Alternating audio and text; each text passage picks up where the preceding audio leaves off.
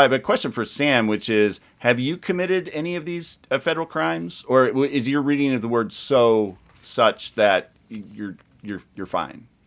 I think the only responsible answer is that my reading of "so" absolutely is consistent with everything that I have ever done on any computer or other electronic device.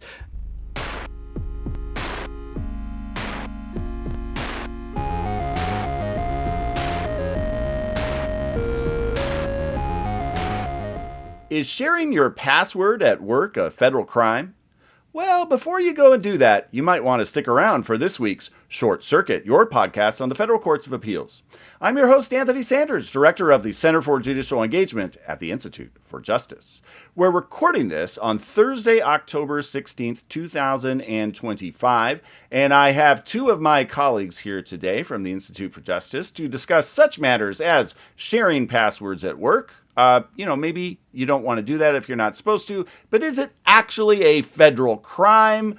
Well, we're going to dig into that with a case from the Third Circuit with my colleague Michael Soyfer. And we'll get to his case first. But before that, I want to introduce my colleague Sam Gedge. Now, Sam has been on this show many, many times to discuss what I have labeled as his white whale, Younger abstention, from this case from 1971 called Younger, which basically gets in the way of trying to vindicate your federal rights in federal court when you are already being prosecuted, right when you really need federal court intervention.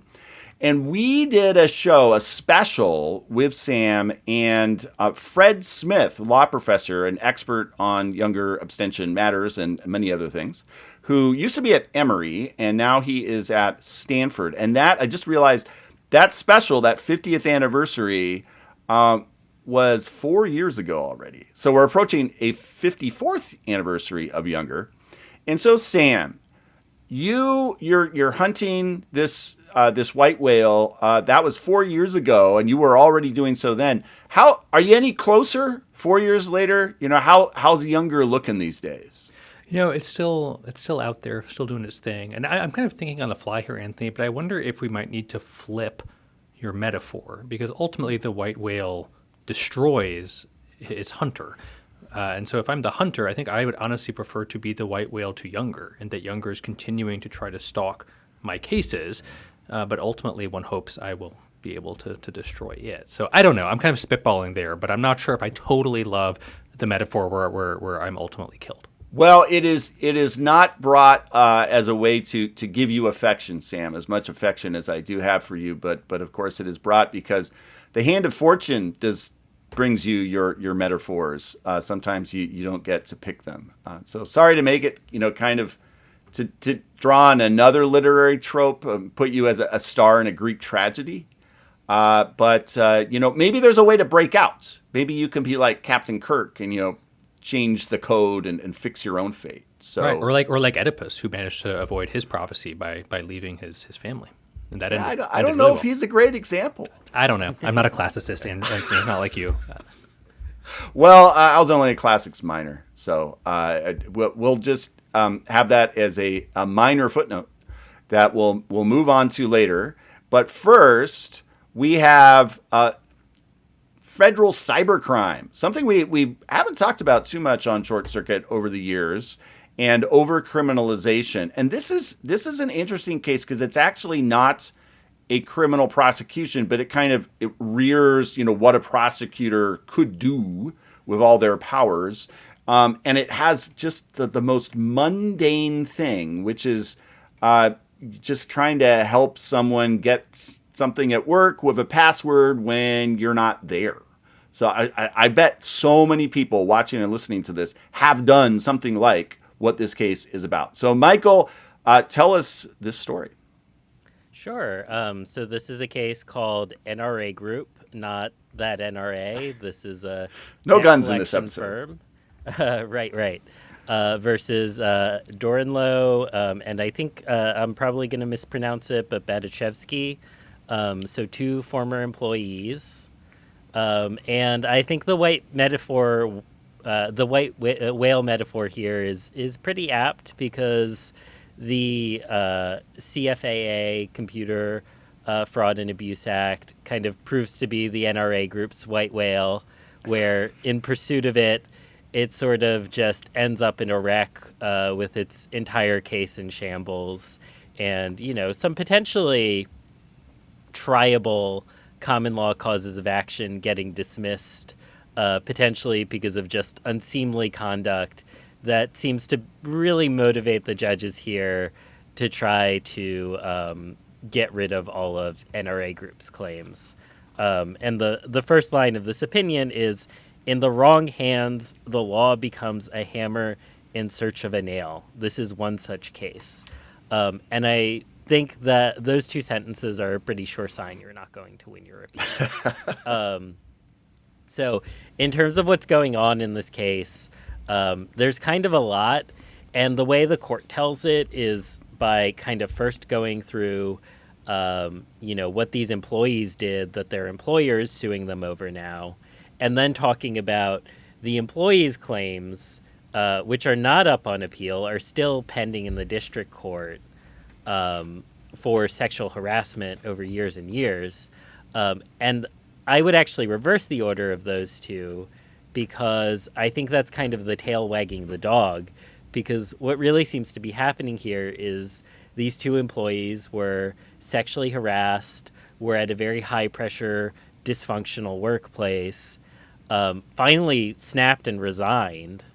And then the employer decided that, the best defense is a good offense.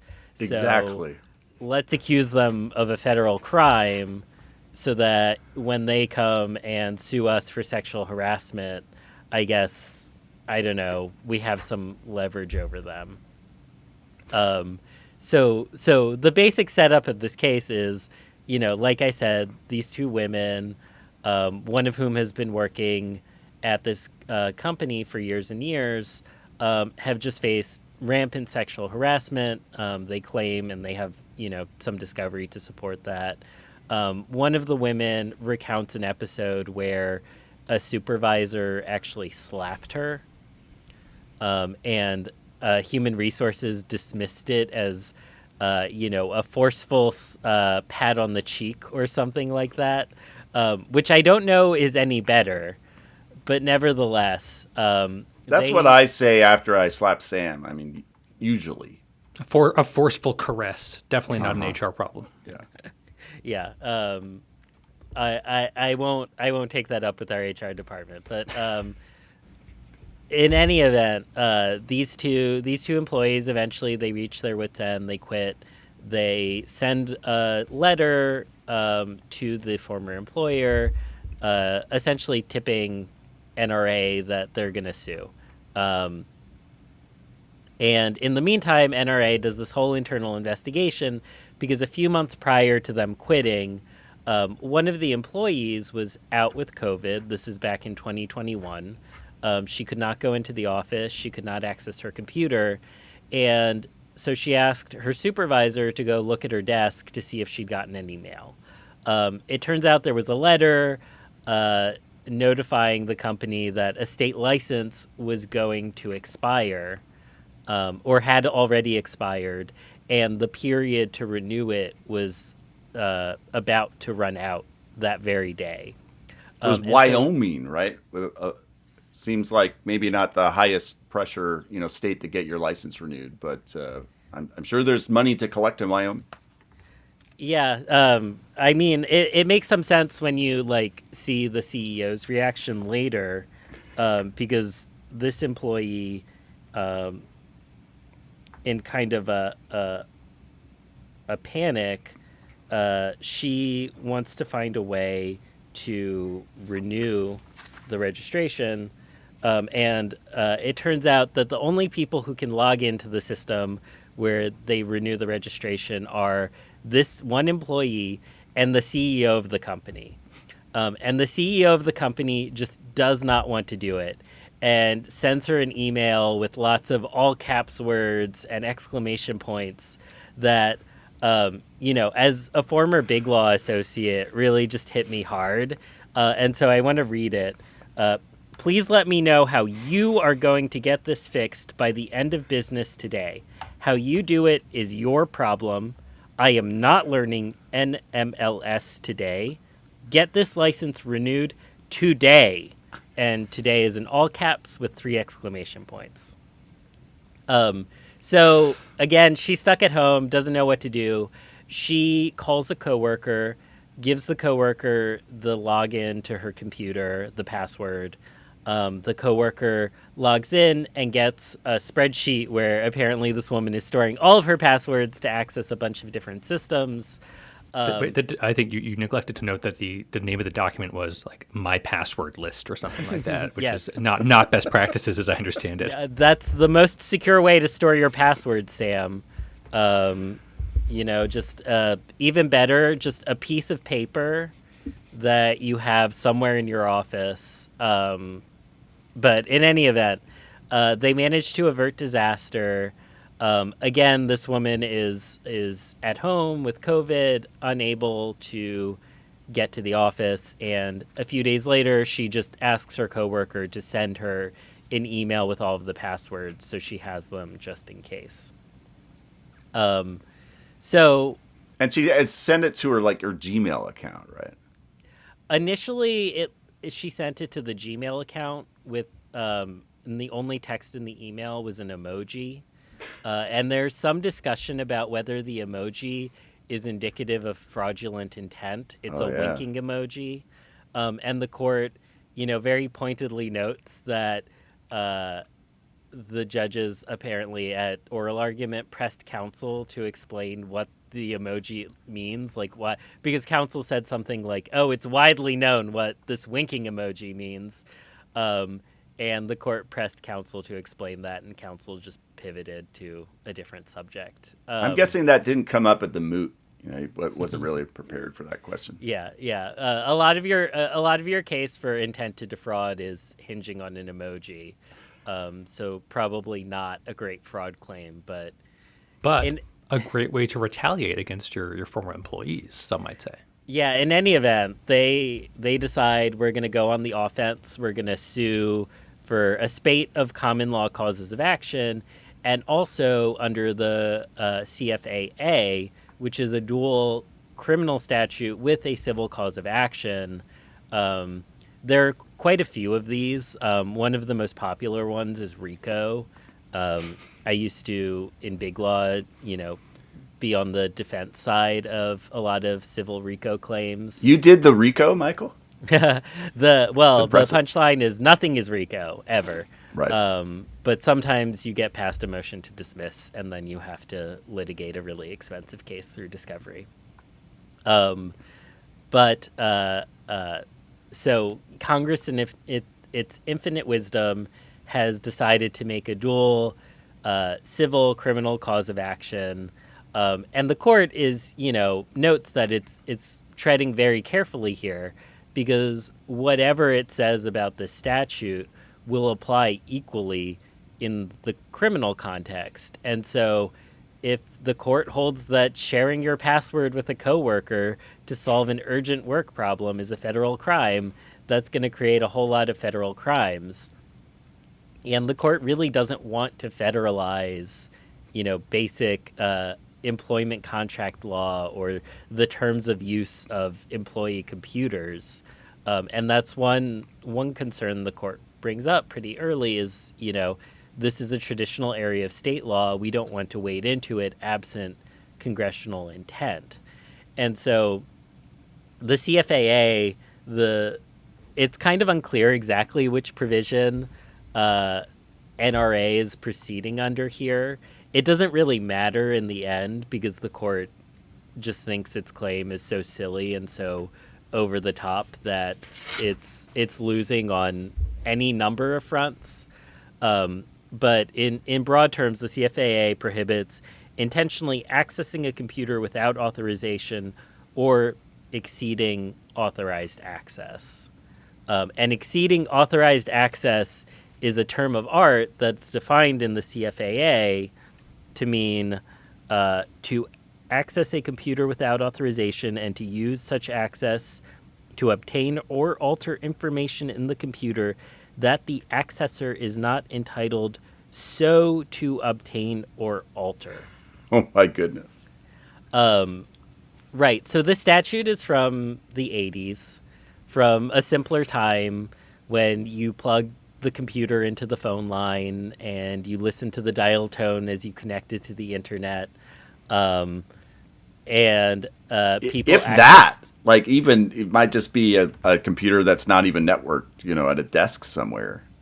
Well, the CFAA only applies to certain computers that kind of participate in interstate or international commerce. Gotcha. So at the time, yes, there were computers to which the CFAA did not apply, but now it applies to basically every computer. Yeah, now it would be unusual if it didn't apply. Right. It applies to the computer I'm speaking to you on. It applies to our phones now, which is not something Congress anticipated in the 80s, when there was a much simpler model of like you log into or access a single computer. Now we access a computer, and through that computer we access myriad other computers, right? Through cloud computing and cloud storage and the internet, all of that. So this is very much an outdated statute, and the courts have felt a lot of pressure to limit it. The Supreme Court limited unauthorized access in a case called United States versus Van Buren, and adopted what's called kind of a gates up or gates down approach. In that case, there was a police officer who essentially like took a bribe to access some police information systems and turn information over to someone about a woman he was interested in. And the Supreme Court held that that wasn't authorized access because he had authorization to access the system. It was just that the reason that he was accessing the system wasn't consistent with the employer's policies. But the gates were up. He had access. He wasn't like hacking into parts of the system that he didn't have access to. And so he wasn't committing this federal crime there, although he might have committed other crimes, breaches of contract, some common law torts, that sort of thing. And the Supreme Court there put a lot of emphasis on, so I just read the definition for exceeds authorized access, but the case essentially hinged on what the word so means. That is a weird word to have in that definition, it seemed to me. Yes. This is kind of emblematic of why people hate lawyers, I think, because we'll argue about what the word so means in the accessor is not entitled so to obtain or alter. But generally the idea is like if you have access to a computer system, to exceed authorized access, you have to access parts of the system that you're not authorized to access, where the gates are down and you're kind of breaking through those barriers to get there. And so it's like, I guess I think about it like if you break into someone's house, that's unauthorized access. If you are invited into their house and you ask to use the bathroom, but you go into the bathroom to rifle through their medicine cabinet and see like what pills they're taking. I mean, obviously the person didn't agree to let you go into their bathroom and rifle through their medicine cabinet, so your reason going in there was false. But are you exceeding authorized access in the sense? No, like you were allowed to go in there. It's just that you might have misrepresented your reasons versus like they have a lock on their bedroom door that you crack open to get inside. And so the courts seem to be taking this more of the approach of you have to, hack into parts of the system that you're not allowed to get into, or, somehow lift a gate that's supposed to be closed for you. And the court just doesn't think that that is what is going on here, because even though this one employee wasn't supposed to be using her computer remotely, she did have authority to access the system, and the employee who's home sick isn't exceeding her authorized access. I actually think it's a closer question for the other employee, and the court kind of breezes over this because she didn't have authorization from the employer necessarily to access the system through her coworkers' logging credentials. And they even worked in different departments. And I mean, at many companies, there are like firewalls between departments for all sorts of reasons. And so it does seem like she's getting access that she's not allowed to have. She's lifting up a gate that she's not supposed to have. I think the court is leaning more on the idea that she's not doing it intentionally, although it just discusses that in a footnote. But, you know, they were working together to solve a work problem at the behest of the CEO. And, you know, I think one of the reasons I wanted to read the CEO's email is because he was basically like, don't bother me with this. I'm not figuring out. You figure it out however you want, but get it done. And that really seems like it would negate any intent, and maybe even is an authorization to take any measure necessary to get into the system. Including getting an agent to help you with that task, perhaps. Right, and exactly. Then this other woman's the agent.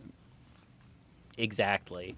So I felt like for the other woman logging in under someone else's credentials, that maybe seemed like exceeding authorized access.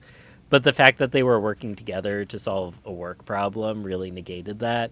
And I just think on the whole, the court thinks this claim is silly and bold and, you know, wants to ensure that people sharing passwords isn't a federal criminal offense.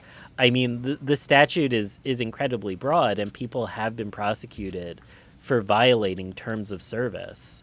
You know, Oren Kerr has had a great amicus brief in the Van Buren case at the Supreme Court that I read before doing this podcast because it was very informative and talked about examples of people, you know, a woman from Missouri being prosecuted in Los Angeles by federal prosecutors for kind of like using Facebook to torment a girl who was maybe bullying or friends with her daughter in violation of Facebook's terms. So you're essentially like making a federal crime of violating, you know, workplace terms of access to computer systems, website terms of access, all of these sorts of things. And that's absolutely not what Congress was thinking about in the 80s. You know, Congress was thinking about hacking. And I think what the courts are trying to do is limit how we might understand the plain language of the statute as it applies to current technology, to what Congress was really trying to outlaw in the 1980s.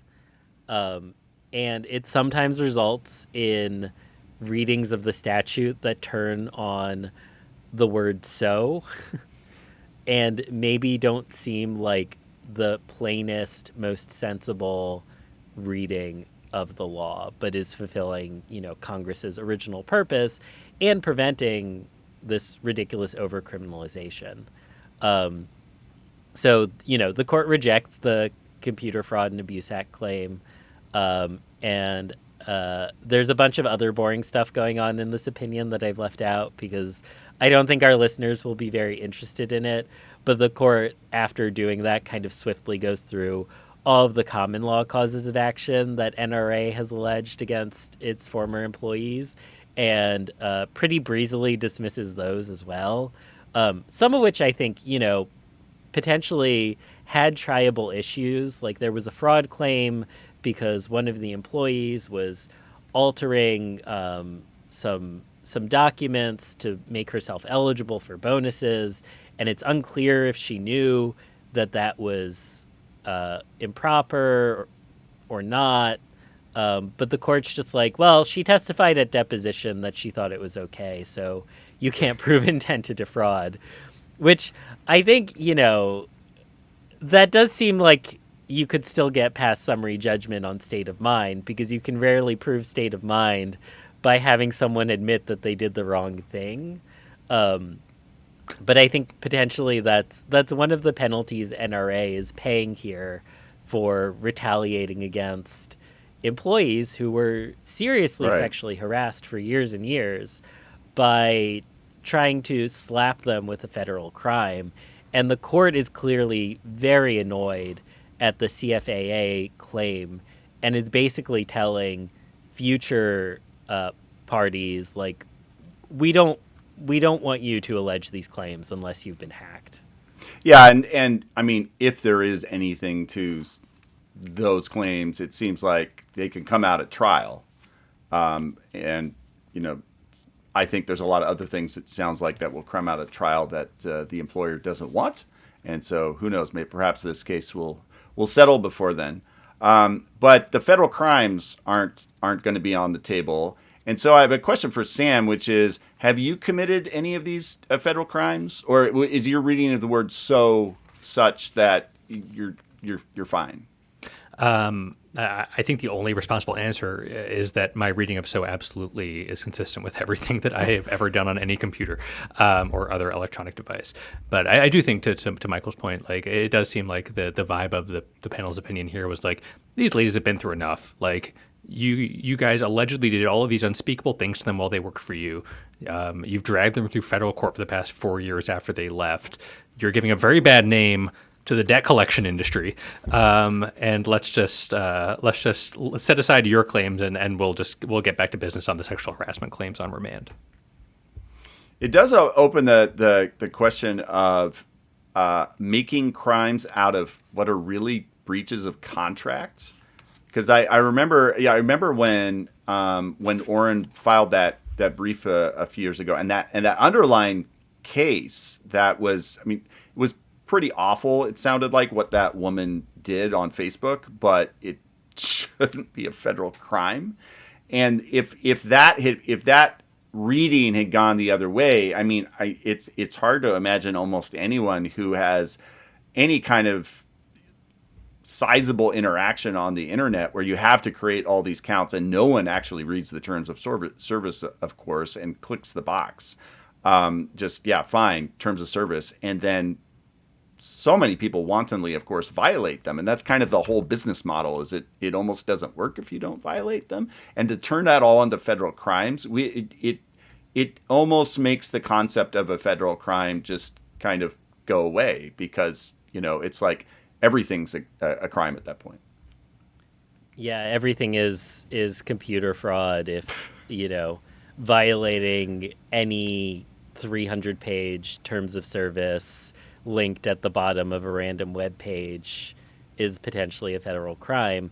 I mean, it's one of, you know, myriad federal statutes that just give prosecutors a lot to work with, potentially, and they can randomly decide that this lady using Facebook to torment a teenager has committed a federal crime, or this person using Tinder with to catfish has committed a federal crime. There are certainly lots of federal criminal statutes that are written in extremely broad strokes, where it's hard to tell what conduct is criminal, what conduct is not criminal, and what might fall into the scope of the federal statute. I can't remember who said it, but there was someone who said something like, everything a company does wrong is securities fraud. Just everything is securities fraud, because the securities fraud statute is so broad. So is the mail fraud statute. I think this is kind of a larger problem that courts are confronting with many dual federal criminal civil statutes as well. It crops up a lot in the RICO context, because they're often the plaintiff's bar will make mighty efforts to turn, run-of-the-mill kind of breach of contract or commercial fraud claims into civil RICO claims, because attorney's fees and treble damages are available. And courts have been trying to reject those, but it's not clear that is, consistent with RICO and with all of the underlying federal criminal statutes it incorporates, which are just insanely broad at times. Right. Yeah, we talk, people talk about these days about how Congress isn't doing its job and doesn't legislate anymore. And there is some truth to that in terms of, specific problems of today.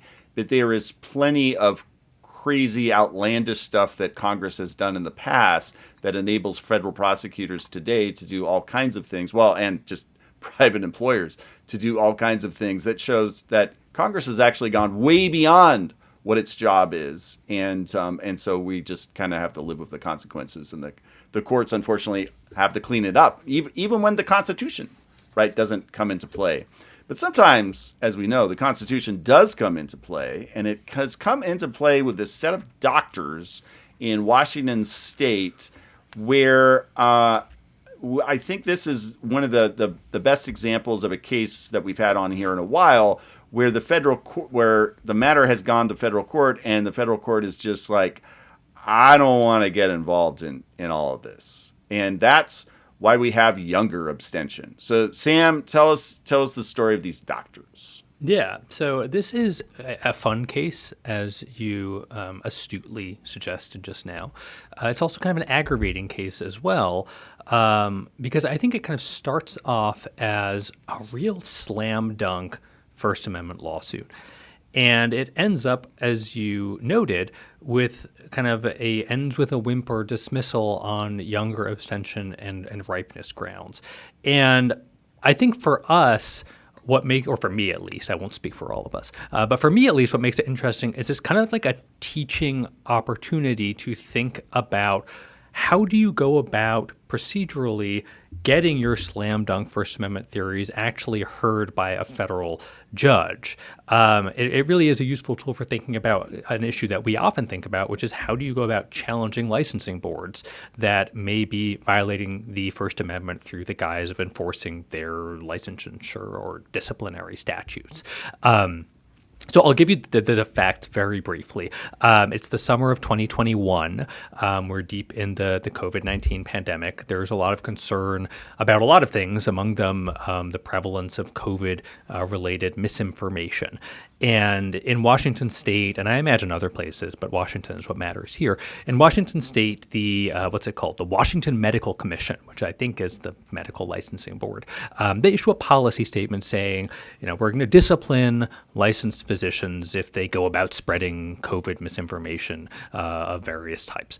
And on the basis of that, at least allegedly in this case, on the basis of that, the agency actually does investigate, discipline, sanction somewhere around 60 physicians for spreading COVID-related misinformation, which brings us to the kind of the two heroes of our case here, were Dr.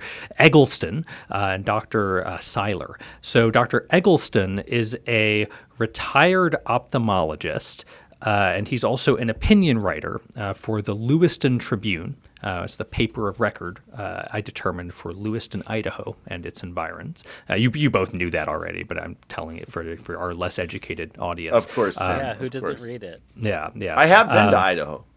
Well, very good to hear. I don't know if I've been to Lewiston, too. It's near Washington State, which doubtless is why Washington licensed retired ophthalmologist Richard Eggleston was comfortable writing for the Lewiston Tribune. He's an opinion writer there, or he was. I don't know if he still is. And he publishes opinion pieces. I think he describes it as offering a conservative perspective on things, and evidently that includes saying disobliging things about COVID vaccines and talking up horse deworming medication as an alternative. So he's publishing those, and then you have his cohort, Dr. Thomas Seiler, also a retired licensed physician in Washington State, who writes a series of posts on the website, theamericanthinker.com. And he, again, is kind of criticizing vaccines and saying stuff of that nature. So enter the Washington Medical Commission, right? They've issued this policy saying we're going to go after COVID misinformation, and they investigate both of these guys, and then they bring disciplinary charges against them for the things that they published on the internet and in the Lewiston Tribune. And this is just a bonkers thing to do, I think, across a few different metrics, right? I mean, there's the law, there's the First Amendment, right? And we've talked, I'm sure, on this podcast about the professional speech doctrine in the past, right? This was this now discredited First Amendment theory that some lower courts had embraced, the idea that, well, if we're talking about kind of speech that's arising in a professional relationship, then maybe licensing boards have more ability to regulate it under the First Amendment than they would for other kinds of speech. We don't like the professional speech doctrine. The Supreme Court doesn't like it. They abrogated it back in 2018. But even in kind of the heyday of the professional speech doctrine, lower courts were still saying, but of course, this kind of deference to licensing authorities when it comes to regulating speech, that doesn't extend to restricting, licensed doctors or licensed lawyers just commenting about issues out in the public square. Right, we would never do that. Well, precisely, Anthony. Some foreshadowing there. But right, if you go back even to like 1940 or so, you have this, 1945 it actually was, you have Justice Jackson writing this concurrence in a case called Collins, which basically makes this point. He's a little bit too high on licensing authorities getting to regulate some speech, but he says, the state may prohibit the pursuit of medicine as an occupation without its license, but I do not think it could make it a crime publicly or privately to speak, urging persons to follow or reject any school of medical thought. That's 1945. And so there's obviously some tension between that and having a licensing agency going after retired ophthalmologist Richard Eggleston for writing in the Lewiston Tribune, or retired physician Thomas Seiler publishing his views on various topics on the AmericanThinker.com. And also my reaction as well when I'm reading this is like, what on earth is this agency doing? Like, who cares what a retired eye doctor has to say about horse deworming medication in rural Idaho? No knock on Idaho. I love Idaho. But it's just like, what? Like, come on, guys. This is just an extraordinarily dumb thing to be wasting your resources on. Anyway, so that's the background, Anthony. And now we get to the procedure, because Dr. Eggleston of Lewiston Tribune fame, Michael. Dr. Eggleston and Dr. Seiler file a federal lawsuit bringing up a range of different claims, among them kind of the First Amendment. You can't do this. And they're joined by another doctor who is also licensed in Washington, has not been subjected to an ongoing disciplinary proceeding, but he basically says, I also want to say kind of wacky things about horse deworming medicine and the like, or maybe he alleges that, maybe he doesn't, we'll get back to that. But he says, I also want to say these kinds of things, but I'm looking over at my friends Dr. Eggleston and Dr. Seiler over there, and they're getting disciplined for saying it, and so my speech is chilled, and I would like the security of a federal court judgment confirming that I do in fact have the First Amendment right to publish things in local newspapers about horse deworming medication without getting punished by the state. There's a couple of other plaintiffs too. Well, we can skip over those. They're just not that interesting. They're the Pennsylvania common law claims equivalent in this case. So we'll just kind of we'll table them for now. But anyway, so the district court dismisses the case wholesale, and they do it on the basis of Younger abstention and a few other grounds, which we can also table.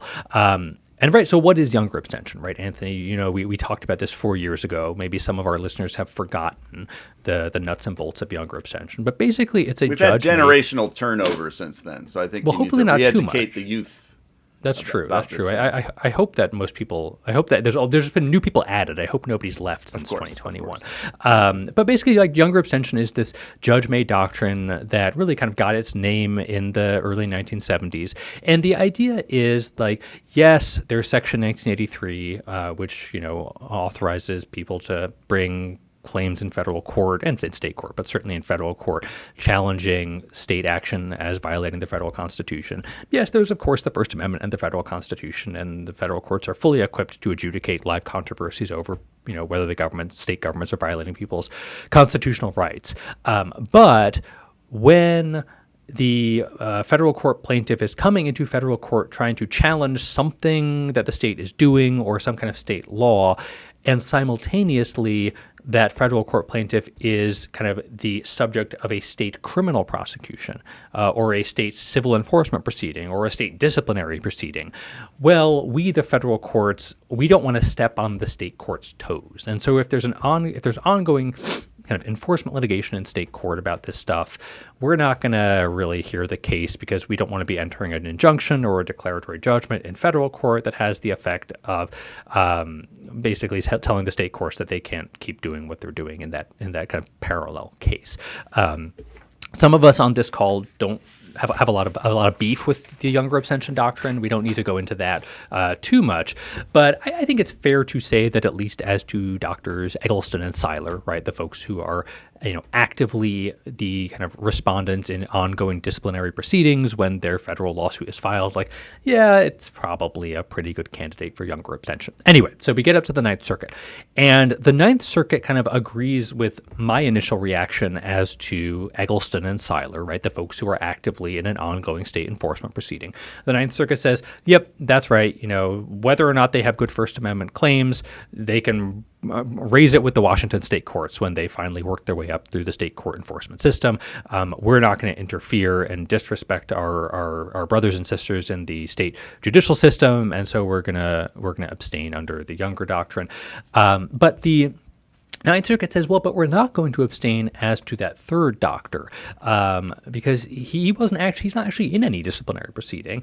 And so younger doesn't really apply. Like the entire premise of the younger abstention doctrine is that we don't interfere with ongoing state proceedings. And this particular guy wasn't part of an ongoing state proceeding. So we're not going to apply younger abstention, but because he's not in an ongoing judicial proceeding in state court, we're going to say that his claim isn't ripe. And so we don't have jurisdiction to hear anything from him either. And that might honestly not be an entirely fair characterization of what the Ninth Circuit said about his theory, because really what they said was that, sure, if you're a different doctor who wants to say things about horse deworming medication and say disobliging things about COVID vaccines, and you see other doctors in your jurisdiction getting punished for that, yeah, it actually might make a lot of sense for your speech to be chilled by that because you don't want to get disciplined. And in the ordinary course, sure, you might be able to go into federal court and bring a pre-enforcement challenge saying, hey, I want to say that kind of stuff too, but I don't want to get hauled into state court, and so I'm chilling my speech. I'm self-censoring, and only a federal court judgment can clear the way for me to engage in that speech, and that is a standard issue First Amendment pre-enforcement challenge. The problem here, though, according to the Ninth Circuit, is that this particular doctor didn't actually make that argument until oral argument in front of the Ninth Circuit, which is too little too late. And so the Ninth Circuit says basically, like, yeah, that would have been a really great argument for you to have made, but you didn't say really anything about the kind of speech that you wanted to engage in and that you're not engaging in, and you just didn't check the boxes to bring the pre-enforcement challenge, and so your claim isn't ripe and your case is dismissed as well. So that's a lot of kind of procedural stuff, which I'm sure your listeners enjoyed thoroughly, Anthony. But for me, I think what the most interesting thing about the case is that it really kind of offers a lot of useful lessons for folks who are thinking about bringing First Amendment challenges, particularly against agencies that are poised to enforce potentially unconstitutional laws against them. Right? We can kind of break it down into two buckets, right? There's Doctors Eggleston and Seiler, who were kind of actively respondents in an ongoing state enforcement proceeding when they decide to go into federal court.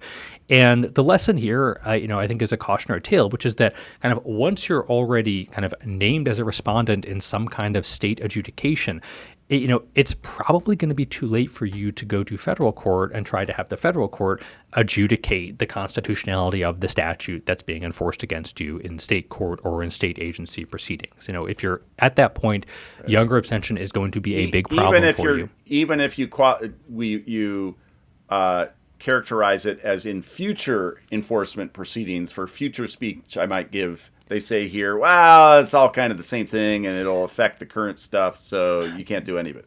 Yeah, that's exactly right. And I'm not saying I like that, but that does seem to be a pretty faithful application of kind of where the precedent's gone. The idea being that, okay, if you get a declaratory judgment saying, this statute can't be enforced against you in the future because it violates the First Amendment, the federal courts basically say, well, realistically, the state prosecutors who are currently going after you under that same statute will feel like a little bit kind of maybe turned off. Although that's not binding, right? That precedent, that Ninth Circuit precedent is not binding in Washington State Court.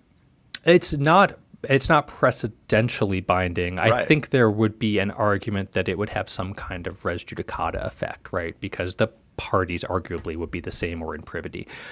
So there might be some issue preclusion points there, right? But be that as it may, that is what the courts have said, and we currently must live with that. But of course, there are ways around this, right? So while for younger abstention purposes, like the initiation of that formal kind of state prosecution, state civil enforcement proceeding, agency disciplinary adjudication, while that really tends to trigger younger abstention and basically shuts the federal courthouse door for you, oftentimes there are a lot of warning flags well in advance that the agency is going to be going after you for your speech. Right here, based on the Ninth Circuit opinion, there were somewhat protracted investigations into both of these doctors before the agency investigations culminated in these formal adjudicatory proceedings that trigger younger abstention. And so for me, I think the lesson is, if you're interested in bringing a First Amendment challenge of this sort in federal court, file that lawsuit when the investigation has been launched into you, before the government has actually brought a formal adjudicatory proceeding against you, because typically, like, the investigation itself will demonstrate that there's a real enough and imminent enough threat to your speech rights that there's a live controversy in federal court, but you haven't tripped that younger switch where there's an actual adjudication against you in federal court that the federal court, adjudication against you in state court that the federal courts might want to abstain on. And we have a good example of this, right, from IJ's own kind of archives, right, because back maybe 10 years or so ago, we represented John Rosemond, who's a licensed psychiatrist, I think in North Carolina, but he had a syndicated column. I think he might still have a syndicated column nationwide. And I believe a retired psychiatrist in Kentucky read the column in a Kentucky newspaper and had very strong feelings about the advice that Dr. Rosemond was giving in his column, and filed a complaint with the Kentucky Board of Psychiatry. And the Kentucky Board of Psychiatry then sends this very menacing letter to Dr. Rosemond saying, we're looking into you, you better cease and desist, knock it off, no more writing newspaper columns here in Kentucky without a license from us in Kentucky. And we at IJ sprang into action, got a TRO, filed that federal lawsuit, ultimately won on Dr. Rosemond's behalf. But critically, we filed that lawsuit before there was any actual enforcement proceeding brought against Dr. Rosemond in Kentucky, agency court or state court. Because if we had waited too long, right, we probably wouldn't have been able to get to the merits in our federal court action. And so too here, I think if Dr. Eggleston and Dr. Seiler had filed their federal case just a bit earlier, right, they might well have been able to avoid younger abstention altogether. And likewise for that third doctor, right, and here's the second lesson, right, like if you do want to bring a pre-enforcement challenge about your speech being chilled, like for God's sake, build a record about what speech exactly you want to be saying and how exactly you're being chilled. And because here, I think it would have been relatively easy, like if this third doctor really did want to write kind of disobliging things about vaccines and, tout horse deworming medicine and whatnot, like he probably could have built a pretty good record that would have secured his right to seek pre-enforcement relief in federal court, and he just didn't check those boxes. Yeah. I guess. Although to be fair, right, we at IJ attorneys have all been there where we do build a record and the court doesn't read it very carefully or mischaracterizes it. So we're not entirely sure if the lawyers are to blame here or not, but it's still a good thing to remember. No, that's absolutely right, and I will acknowledge to your point, Anthony. Right, like I'm going off the Ninth Circuit opinion. I didn't bother to read the lower court briefing. Like maybe they totally mischaracterized it. I would doubt that. But this certainly isn't meant to be a knock on the lawyers. And for what it's worth, that third lawyer, I think if he wanted to, and if his speech actually is being chilled, he probably could just go back tomorrow to the federal district court. Third doctor, you mean? The third doctor. Did I say third lawyer? Who knows? Interchangeable sometimes. You can fix it in post. But he could file another lawsuit. I would say tomorrow that actually kind of pleads the chill, pleads the speech a bit better. And I don't know that there would be any obvious obstacle to him seeking a merits ruling in a second action, because the current case was presumably dismissed without prejudice because it was kind of jurisdictional. So if he wanted to, I think he could probably take another crack at it and see about actually getting a federal court to say that no, the state of Washington can't punish retired ophthalmologists and other licensed doctors for saying somewhat foolish things in newspaper op-eds, because that does seem like a worthy thing to have the federal courts adjudicate. Michael, have you ever been afraid of enforcement because of a foolish thing you said in an op-ed? I don't say foolish things, so Oh, I wouldn't. easy. Yeah, everything I say is insightful and well put. Hear, hear. Well, our listeners will be very, very happy about that. Have you had to wrestle with any of these in your cases? Any of We these have. doctrines? Yeah, so in Detroit forfeiture, our opposing counsel has kind of tried to set up this catch-22 of failure to take advantage of state procedures, younger abstention, and res judicata. So, we have 3 different clients in that case who all had their cars seized so that a Michigan county could pursue forfeiture of the cars. And, for clients or circumstances where they may not have challenged the seizure or forfeiture in court, they've said, oh, well, you waived that, or you didn't take advantage of existing state procedures, so you can't claim about them now. For our client who litigated her state civil forfeiture case all the way to the Supreme Court, while that case was in progress, they said younger abstention applies. The federal court can't hear that case. After the Michigan Supreme Court ruled in her favor, and we continue on state issues, and we continued to litigate the federal constitutional issues, they've pivoted to arguing, well, res judicata, you can't bring any more claims based on that forfeiture. So, if you didn't challenge, if you are challenging, if you have challenged forfeiture, some doctrine prevents you from bringing a lawsuit in federal court. So, yeah, we've kind of, gone into that black hole of preclusion and abstention and waiver doctrines and whatnot. But Michael has, he won't say this, but I will. He's navigated all of this with aplomb. He's like an elegant gazelle traversing a savanna filled with jurisdictional and procedural lions that are out to get him. And so far, he's still alive. So credit to you, Michael. In Detroit. The gazelle is in Detroit. I just want to point out. The very sound metaphors continue. Yeah, hopefully they don't seize the gazelle for civil forfeiture, but... Well, I just want to point out one other piece from the IJ archives, and it's not exactly on point on younger abstention, but you mentioned John Roseman, our client Sam, and doing a very parallel thing, although he had been doing it for decades and decades, publishing a newspaper column and then being warned that he was violating a licensing law in a place he wasn't even licensed. But we also had in North Carolina a case about a blogger who was giving dietary advice, and the dietitians board came after him. He was one of these paleo, into a paleo diet, so people called them the caveman blogger, and so he gave this advice, and the board came after him, and they sent him like redlined copies of his blog about what he could say and what he couldn't say. So anyway, we went to court to vindicate his rights, and ended up, I think it was standing. It wasn't younger abstention, it was standing. We went to the Fourth Circuit, and then that was we got a victory there. So we went back and continued litigating. Eventually, he was victorious.